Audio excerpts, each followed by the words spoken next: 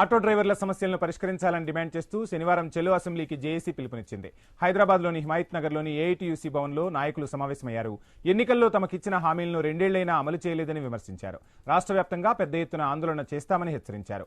Ola, Uber, 2 వీలర్లను నిషేధించాలని auto డ్రైవర్ల JAC convener Venkatesham demand చేశారు.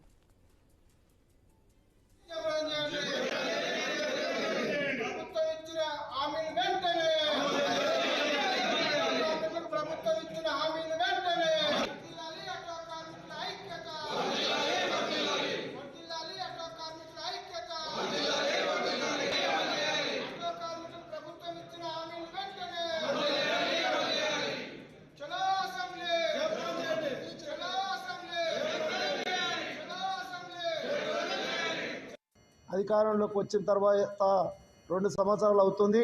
Auto డ్రైవర్ల సమస్యలు పరిష్కరిస్తామని చెప్తూ అనేకమైన హామీలు ఇస్తూ మోసం చేయడం జరిగింది.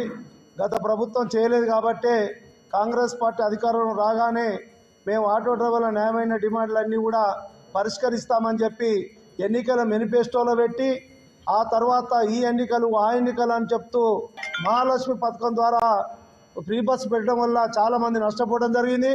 గతంలో టీఆర్ఎస్ ప్రభుత్వం ఉన్నప్పుడు ఆటో డ్రైవర్లకు, క్యాబ్ డ్రైవర్లకు, హోమ్ గార్డులకు, జర్నలిస్టులకు ప్రమాద బీమా సౌకర్యం కోసం 5 లక్షల ప్రమాద బీమాను ప్రవేశపెట్టడం జరిగింది.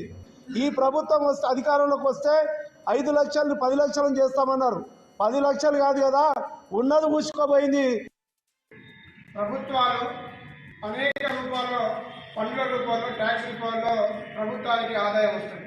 అది రెవెన్యూ కావచ్చు, మున్సిపల్ కావచ్చు, ఇతర వాళ్ళకు ఉన్నటువంటి అనేక సోర్స్ ద్వారా ఆర్థిక వనరులు ప్రభుత్వం గమనించింది.